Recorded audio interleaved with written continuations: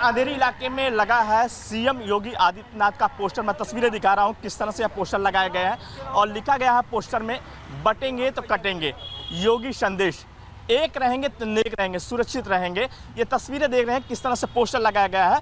मुंबई के अलग अलग इलाकों में इसी तरह से पोस्टर लगाए गए हैं और यही संदेश देने की कोशिश किया गया है कि जिस तरह से सीएम योगी आदित्यनाथ ने भाषण में कहा था कि बटेंगे तो कटेंगे, इसके बाद मुंबई के अलग अलग इलाकों में इसी तरह से पोस्टर लगाया गया है। हमारे साथ जो पोस्टर लगाए हैं विश्वबंधु राय, उनसे बात करते हैं। आखिर आपने ये पोस्टर मुंबई के अलग अलग इलाकों में क्यों लगाया है?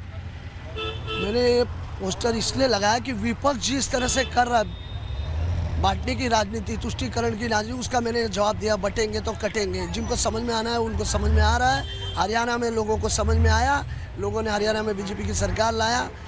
कैसे लाए आपको भी पता है, वही नारा सेम यहाँ चलने वाला। उत्तर भारत के लोग योगी जी को मानते हैं, उनको चाहते हैं, इसलिए हमने उनका नारा यहाँ पे भी बुलंद कर दिया है। क्या आप चाहते हैं कि चुनाव प्रचार सीएम योगी आदित्यनाथ यहाँ पे आए और ज़्यादा से ज़्यादा करें? हाँ, 100%। वो तो हमारी चाह है। लोगों का मैंने भावना देखा कि योगी जी का नारा यहाँ चलाओ। जब लोगों ने कहा तो मेरे ध्यान में कल में आया, इसलिए मैं सुबह इस पर लग गया।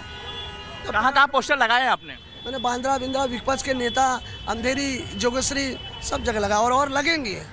लेकिन विपक्ष के जो लोग हैं आपको टोक रहे होंगे, पूछ रहे होंगे भाई क्यों लगाया?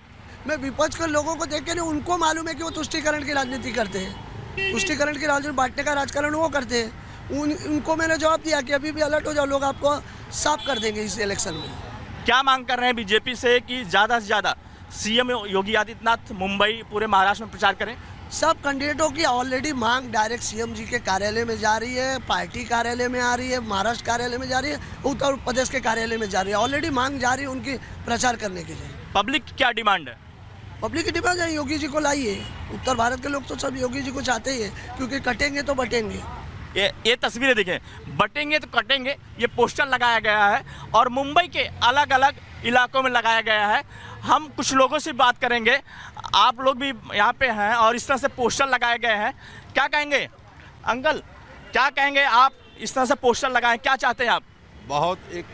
एक बहुत अच्छी सोच है ये। बटेंगे तो कटेंगे। अभी तो फिर हिंदुस्तान में आप देख ही रहे हो क्या माहौल चल रहा है, और ये सनातन धर्म के जो हमारे लोग हैं उनको ये चीज़ को सोचना चाहिए कि आप बटेंगे तो कटेंगे। और क्या चाहते हैं कि योगी आदित्यनाथ सीएम महाराष्ट्र?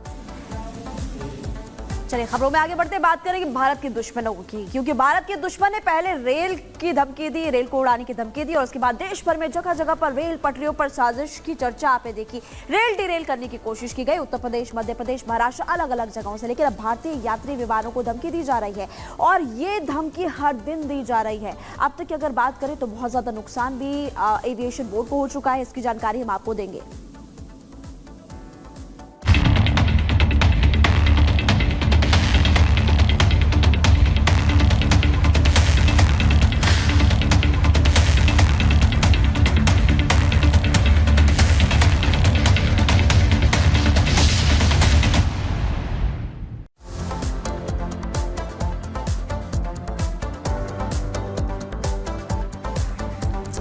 तो देखिए किस तरीके से बीते कुछ दिनों में अगर बात करें, बीते 10 दिनों में 100 से ज्यादा धमकियां फ्लाइट्स को आ चुकी हैं। बाकायदा उनका रूट होता है, उसमें साथ ही साथ फ्लाइट के बारे में भी लिखा होता है। इस तरीके की 100 धमकियां आ चुकी हैं। सीधे सीधे ये अब आम लोगों को नहीं बल्कि अर्थव्यवस्था को नुकसान पहुंचाने की साजिश रची जा रही है। इसी से जुड़ी एक रिपोर्ट आपको दिखाते हैं।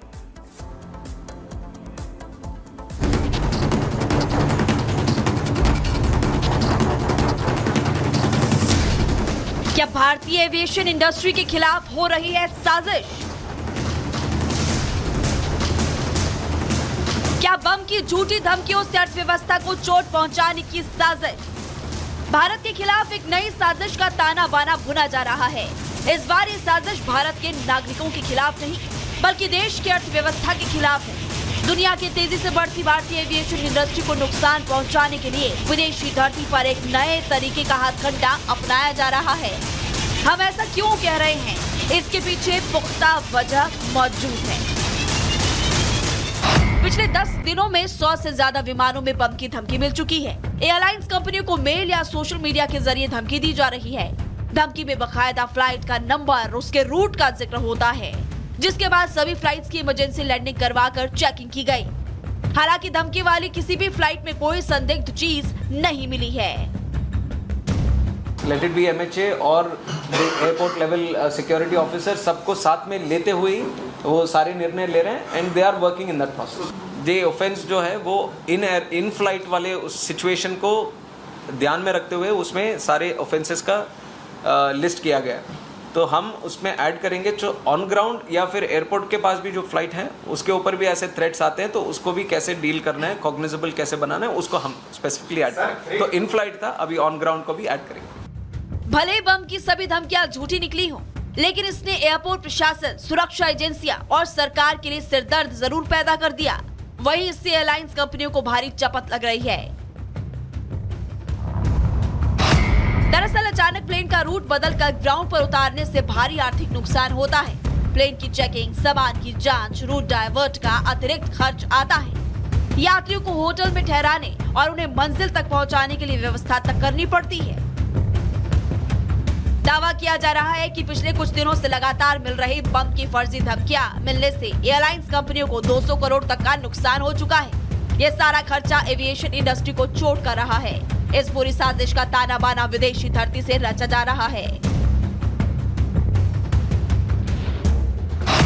सूत्रों के हवाले से खबर है कि इस पूरी साजिश के पीछे विदेश में छिपे दुश्मनों का हाथ हो सकता है। बम की अधिकतर धमकियां कनाडा, अमेरिका, यूरोप के देशों से भेजी गई है।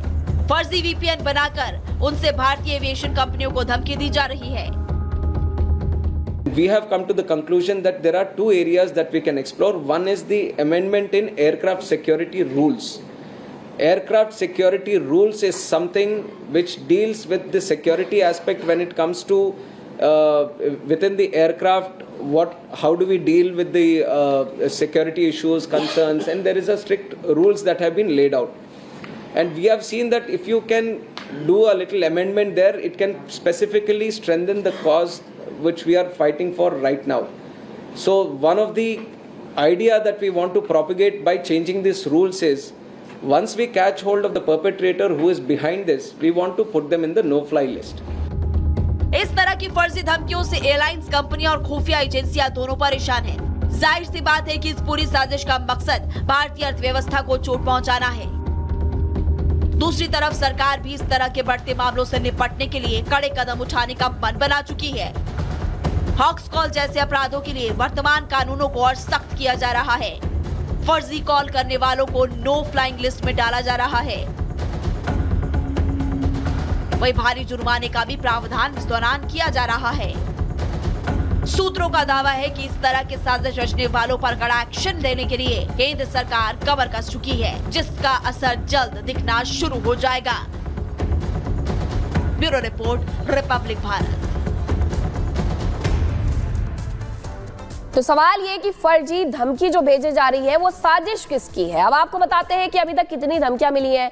साल 2024 की अगर हम बात करें तो सबसे ज्यादा विमान को बम से उड़ाने की धमकी इस दौरान 2024 में दी गई है। 17 अक्टूबर तक 400 से ज्यादा धमकियां मिल चुकी है। जून महीने में सबसे ज्यादा 100 धमकियों भरे मेल आए या फोन आए या फिर इससे रिलेटेड सोशल मीडिया साइट पर लिखा गया था। अक्टूबर में 94 से ज्यादा धमकियां मिल चुकी है कि विमान को उड़ा दिया जाएगा, जिसकी वजह से आनन फानन में विमान की इमरजेंसी लैंडिंग करवानी पड़ती है। राहत की बात यह है कि सभी कॉल्स हॉक्स रही है, यानी कि फर्जी रही है।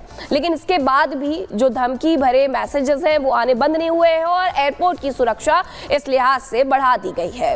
अब सवाल ये कि आखिरकार ये धमकियां दे कौन रहा है फर्जी धमकी की वजह से, क्योंकि एक अच्छा खासा जो मुनाफा है वो हानि में बदल जाता है। और दिल्ली से हमारे साथ जतिन जुड़े हुए हैं, जतिन के पास जाएंगे। जतिन, बीते 10 दिनों की अगर बात करें तो 100 से ज्यादा धमकियां आ चुकी है। एक धमकी यानी कि 2 करोड़ का नुकसान, सीधे सीधे ये अर्थव्यवस्था पर चोट पहुंचाई जा रही है और बड़ी इंटरनेशनल साजिश का इशारा भी ये करती है।